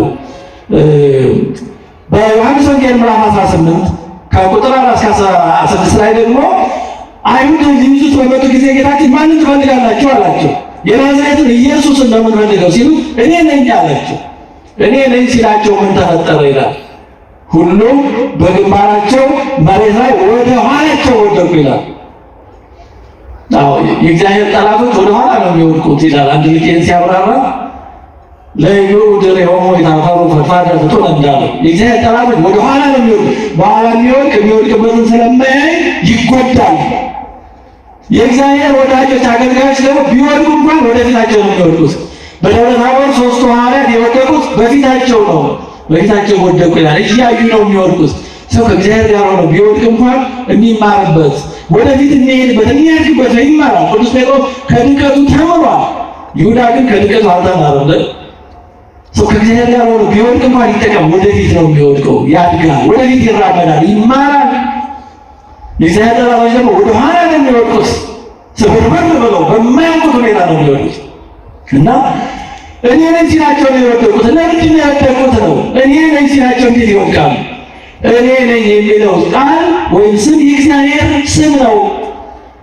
ቅድም እንዳነሳ ነው እግዚአብሔር ለሙሴ ራሱን የገለጠው እኔ ነኝ ያለና የሚኖር እኔ ነኝ በላቸው ነው። አያምዛታ ያለና የሚኖር የሀያ ሸራያ እኔ ነኝ የሚለው የእግዚአብሔር ስም ነው። ከእግዚአብሔር ውጭ ማንም አይጠራበትም። አሁን ይህን ለመረዳት ብሉይ ኪዳን ማወቅ ያስፈልጋል የሚባለው ለዚህ ነው። በብሉይ ኪዳን አይሁድ እግዚአብሔር የሚለውን ስም እኔ የሀያ ሸራያ ያህዌ የሚለው ላለመጥራት ሌላ ቃል ፈጥረው ነበር። አዶናይ የሚል አዶናይ ማለት እግዚአብሔር ማነው ጌታዬ ወይም የኔ ጌታ ማለት ነው። እግዚአብሔር የሚለው ላለመጥራት የፈጠሩት ቃል እኔ ነኝ የሚለው ያህዌ ወይም የሚለውን ቃል የሚጠሩት በዓመት አንድ ቀን ነው። ያው ሕዝቡ ሁሉ ሳይሆን ሊቀ ካህናቱ ብቻ በዕለተ አስተስርዮ በዮም ኪፑር በዛች የተለየች ቀን ቅድስተ ቅዱሳኑ በግ የፍየል የበግ ደም ይዞ ሲገባ ያንቺን ቀን ብቻ ነው እኔ ነኝ ወይም ያህዌ የሚለውን ስም ሊቀ ካህናቱ በዓመት አንድ ቀን ነው የሚጠራው። ከዛ ውጪ ማንም ሰው ካህናትም እንኳን እግዚአብሔር ሰው አይጠሩ። ሊቀ ካህናቱ በዓመት አንድ ቀን እጅግ የተከበረ ስም ነው። አይሁድ በዚህ እንኳን ጠንቃቆች ነበሩ።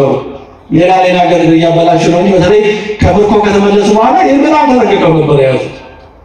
ስለዚህ ጌታችን ያ ክብራችሁ የምትጠሩት ስም ሁላችሁም ሳትሆኑ ከማክበራችሁ ከመብራታችሁ የተነሳ በዓመት አንድ ጊዜ ሊቀ ካህናቱ ብቻ ወደ ቅድስተ ቅዱሳኑ ሲገባ የሚጠራው ያ የአምላክ ስም ያ እኔ ነኝ ያላቸው የወደቁት ስለዚህ ነው። ምክንያቱም ያ የእግዚአብሔር ስም ሲጠራ አይሁድ ሊቀ ካህናቱ ቅድስተ ቅዱሳኑ ሆኖ ያን ስም ሲጠራ ሕዝቡ ሁሉም ይነጠፉ ይወድቁ ነበረ ለእግዚአብሔር ክብር ለመስጠት። ጌታችንን ሊይዙ የመጡት ብዙዎቹ አይሁዳውያን የሊቀ ካህናቱና የዛ አካባቢ የነበራቱ ጠባቂዎች ዘበኞች ስለነበሩ ብዙዎቹ አይሁድ ስለነበሩ የወደቁ ስለዚህ ይሄን ያውቃሉ፣ አይሁዶች ናቸው። ስለዚህ ጌታችን እኔ ነኝ ያ በጥንት በብሉይ ኪዳን የምትፈሩት የምታከብሩት ስሙን ላለመጥራት ይሄን ሁሉ የምትጨነቁለት የምትጠነቀቁለት አምላክ እኔ ነኝ ነው ያላቸው። ገልጧል እንጂ ራሱንማ ከሚገባ በላይ አምላክነቱን ገልጧል። በብዙ መንገድ በእውነቱ በጣም በብዙ መንገድ አሁን ከሚገባ በላይ ጊዜ እንዳልወስድ ወደ ማጠቃለያ ልምጣ እንጂ በብዙ መንገድ ነው የገለጸው። ቢያንስ ወንጌል ምዕራፍ 1 በመጀመሪያ ቃል ነበረ፣ ቃል በእግዚአብሔር ዘንድ ነበረ፣ ቃል እግዚአብሔር ነበረ ተብሎ ተነግሯል። ሮሜ 9:5 ከእነርሱም ክርስቶስ በሥጋ መጣ፣ እርሱም ከሁሉ በላይ ሆኖ ለዘላለም የተባረከ አምላክ ነው። አሜን። ከሁሉ በላይ ሆኖ ለዘላለም የተባረከ አምላክ ነው። ራእይ ምዕራፍ 1 ቁጥር 7 እስከ 8 ዓይንም ሁሉ የወጉትም ያዩታል፣ የምድር ወገኖች ሁሉ ስለ እርሱ ይላሉ። አዎን አሜን። ያለውና የነበረው የሚመጣው ሁሉንም የሚገዛ ጌታ አምላክ አልፋና ኦሜጋ እኔ ነኝ ይላል። አልፋና ኦሜጋ እኔ ነኝ።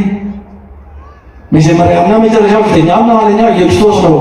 ስለዚህ መድኃኒታችን ኢየሱስ አምላክነቱ በቃሉ ገልጧል፣ በስራው ገልጧል፣ በስነ ፍጥረቱ ላይ ባደረገው ገልጧል። ነፋሳትን እየገሰጸ ጸልዮ እንደዚህ አለ። ነፋሱ ዝም በል ሲለው ዝም ይላል። ባህሩ ሲፈታው ዝም በል ሲለው ጸጥ ይላል። ለተቆጡት ሕጉን በማሻሻሉ ገልጿል። በብሉይ ኪዳን የተሰራውን ሕግ ሰማዕክሙ ዘተብለ ለቀደምትክሙ ቀድሞ በብሉይ ኪዳን እንዲህ ተብሎ ነበረ አንሰብክሙ እኔ ደግሞ እንዲህ ይላቸዋል። ይሄንን ያደረገው አምላክ ስለሆነ ነው። ማንም ሰው እግዚአብሔር ሕግ ላይ ማሻሻል አይችልም። አሁን አንዳንድ ብዬዎችን ሊያደርግ ይችላል። ሕጉን መሰረታዊ በሆነ መንገድ እንደዚህ ጌታችን እንዳደረገው ባለው ሁኔታ ማስተካከል ማንም አይችልም። ይሄን ያደረገው ቀድሞ ሕጉን የሰራው እሱ ስለሆነ ነው። ከሁሉ በላይ ደግሞ በትንሣኤው አረጋግጧል። የኢየሱስ የባሕርይ አምላክነት ከሁሉም በላይ የተረጋገጠው በትንሣኤው ነው። አሁን ወደዛ ዝርዝር አንገባም። እድሜ ሰጥቶ ሲያደርሰን ደግሞ ትንሣኤው በጎላ ሁኔታ ደግሞ እንማማራለን። ስለዚህ ጌታችን አምላክነቱን በዚህ ሁሉ ገልጿል።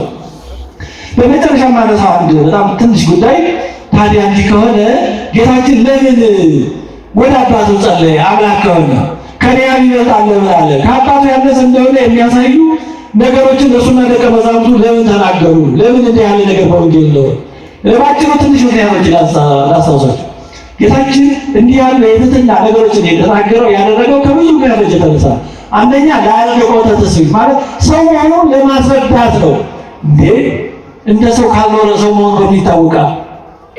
ባይበላ ባይጠጣ ባይተኛ ሞትን ባይፈራ ሰው ሆነ ስንል እንዴት ይታመናል? እንዲያውም በጣም ብዙ መናፍቃን የፈሉት በመጀመሪያው በሁለተኛው በሶስተኛው ተውደር አምላክ ሰው አይሆንም፣ ሰው አልሆንም፣ በምትሃት ነው በምናምን የሚሉ ነበሩ። መልካቸውን ቀይረው በኋላ ደግሞ ከሰማይ ወረደ በሚል መልክ የመጡት እነሱ ናቸው። አምላክ ሰው አልሆንም፣ አይወልድም፣ አይወለድም የሚሉ። ስለዚህ በእውነት ክርስቶስ ፍጹም አምላክ ቢሆንም ነው ደግሞ እንደ ሰው ካልኖረ ሰው መሆኑ በምን ይታወቃል? ሰው ቢሆን ኖሮ ይበላ ነበር ይባላል። አዎ ሰው ቢሆን ኖሮ ይተኛ ነበር ይባላል። መተኛ ባህሪያዊ ነው፣ ኃጢአት አይደለም። መብላት፣ መራብ፣ መጠማት ሰብአዊ ጠባይ ነው፣ ኃጢአት አይደለም። ስለዚህ ሰው መሆኑን ለመግለጽ አሁን ሊቃውንት ለአጽንዖተ ትስብእት እንደሚሉት ማለት ነው። ስለዚህ ሰው ሆኗልና ሰው መሆኑን ለማረጋገጥ እንደሚገባ እንደ ሰው ኖሯል።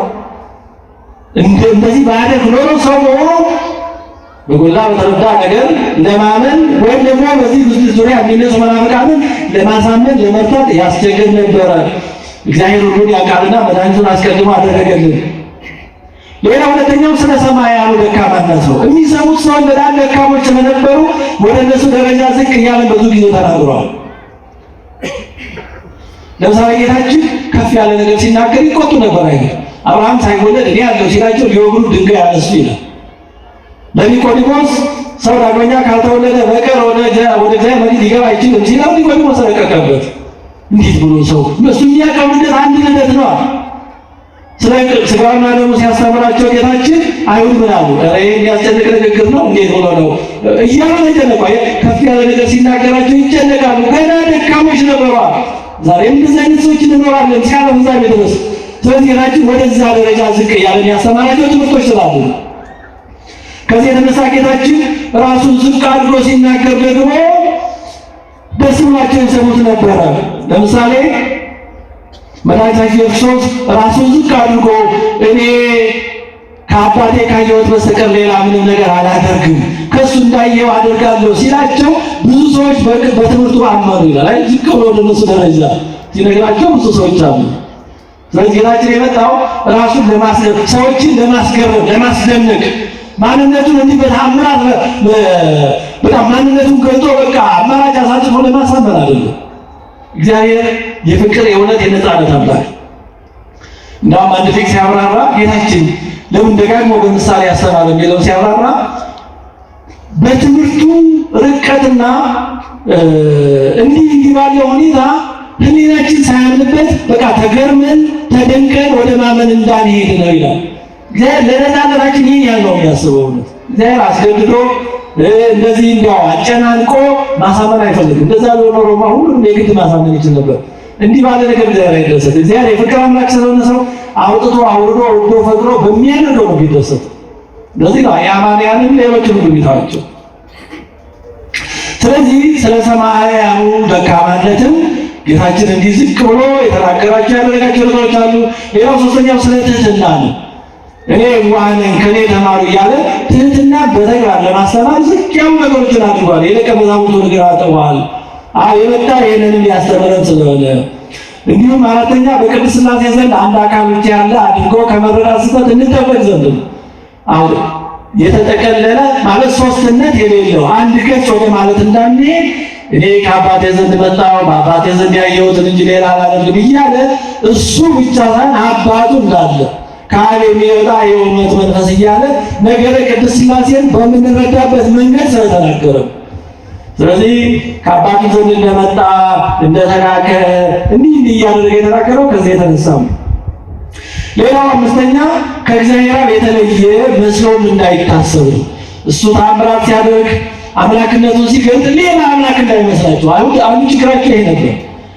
ልክ እሱ ለእነሱ አምላክ ብለው ለሚያምኑ ተቃዋሚ ወይም ተገዳዳሪ ሆኖ እንደመጣ አድርገው ነበር የሚያስቡ። የሚያከብረኝ እናንተ አባቴ የምትሉት አምላካችሁ አምላካችን የምትሉት አባቴ ነው ይላል ጌታችን። እኔ አውቀዋለሁ አላውቀውም ብል እንደናንተ ሐሰተኛ እሆናለሁ፣ ግን የሚያከብረኝ እናንተ አምላካችን የምትሉት ነው ይላቸዋል። እና ጌታችን እንዲህ ያሉ ነገሮችን ያደረገው ከዚህ የተነሳ እሱ ያ ተቃዋሚ ወይ ተፎካካሪ እንደዚህ ሳይሆን ከአብ ጋር አንድ መሆኑን እንዲረዱ ዝቅ እያለ ይህን ከአባቴ ዘንድ ተቀበልኩ የሆነ ነገር ይልና ይህን ከአባቴ ዘንድ ተቀበልኩ ይላል። ከዚህ የተነሳ እንዲህ ባሉ ነገሮችን ዝቅ ባሉ በትህትና ነገሮች ጌታችን ተናግሯል። ባህርያዊ አንድነቱን ለመግለጽ ነው።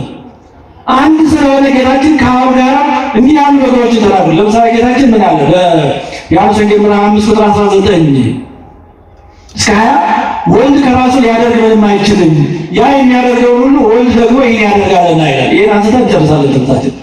ወልድ ከራሱ ምንም ሊያደርግ አይችልም ማለት ምን ማለት ነው? ይሄንን አንዳንድ እንደ ድካም አድርገው ይወስዳል። በጣም ስህተት ነው። አለመቻል ብዙ ትርጉም አለው። ለምሳሌ አለመቻል አቅም ከማጣት የሚመጣ አለመቻል አለ። የብዙ ሰው የሚያውቀው ሕፃን ልጅ ሊሮጥ አይችልም ብንል አቅሙ አጥንቶት እግሩን ለመሮጥ አይችልም። ይሄ አቅም ጉዳይ ነው። አጠቃላይ ሁኔታ ደግሞ አለ። ለምሳሌ በከፍታ ላይ ያለች ተራራ ልትሰወር አይቻልም። ይሄ ተራራ ድክመት አይደለም፣ ከፍ ብላ ስለተሰራች አትሰወርም። ሌላ የበለጠ ተራራ ካለ ደግሞ ሊሰውራት ይችላል። ግን ያቺ ተራራ ከፍ ያለች ከሆነች አትሰውርም። ይሄ የተራራው ድክመት ሳይሆን ጠባይ ነው። ሌላ አለመቻል ደግሞ ከፈቃድ ተቃራኒ የሆነ ነገርን ማድረግ አለመቻል ነው። ለምሳሌ መልካም ሰው ክፉ ማድረግ አይችልም። ይሄ ድካም አይደለም። መልካም ዛፍ ክፉ ፍሬ ሊያፈራ አይችልም። ይሄ ባህሪያዊ ነገር ነው። ይሄ የመልካም ዛፍ ድካም አይደለም። መልካም ዛፍ ክፉ ፍሬ ማፍራት ያልቻለው ደካማ ስለሆነ አይደለም፣ ባህሪው ክፉ ማድረግን ስለማይፈቅድለት ነው። ይሄ ደግነት ነው ማለት ነው። ፈጽሞ የማይቻል ኢሎጂካል የሆነ ነገርን ያመለክታል። ለምሳሌ እግዚአብሔር ክፉ መሆን አይችልም። ይሄ ድካም ሳይሆን ባህሪያዊ ማንነት ነው። እግዚአብሔር ክፉማ ከሆነ እግዚአብሔርነቱ ይቀራል። እግዚአብሔር ብርሃን ነው፣ ጨለማ በእሱ ዘንድ የለም። ጨለማ ከሆነ ብርሃንነቱ ይቀራል። ስለዚህ ባህሪያዊ ማንነት ነው። 2 እና 2 4 ነው። 10ም 20ም 30ም ሊሆን አይችልም። የኢሎጂካል ስለሆነ ስለዚህ መድኃኒታችን ክርስቶስ እኔ ወልድ ከአብ ያየው አብ ሲያደርግ ያየው ነው እንጂ ሌላ ነገር ማድረግ አይችልም ማለት የኔና ያ ፈቃዳችን አንድ ነው። እሱ የሚያደርገው እኔ የማደርገው ነው፣ እኔ የማደርገው እሱ የሚያደርገው ነው። እሱ ከኔ ውጭ እኔም ከሱ ውጭ የምናደርገው የለም ማለት ነው። ባህሪያዊ አንድነቱን የፈቃድ አንድነቱን የሚገልጽ ነው። መድኃኒታችን ክርስቶስ አምላክ ወልድ አምላክ እውነተኛ የባህሪ አምላክ ነውና ይሄንን አምነን በሱ ሕይወትነት ተጠብቀን እስከ መጨረሻው ዕውቀት ጸንተን በሱ አምነው በሱ ሕይወት ኖረው እስከ መጨረሻው የጸኑ ቅዱሳን የሚወርሱትን ጸጋ ክብር እንዲያወርሰን ቅዱስ ፈቃዱ ይሁንልን። አሜን። ስብሐት ለእግዚአብሔር።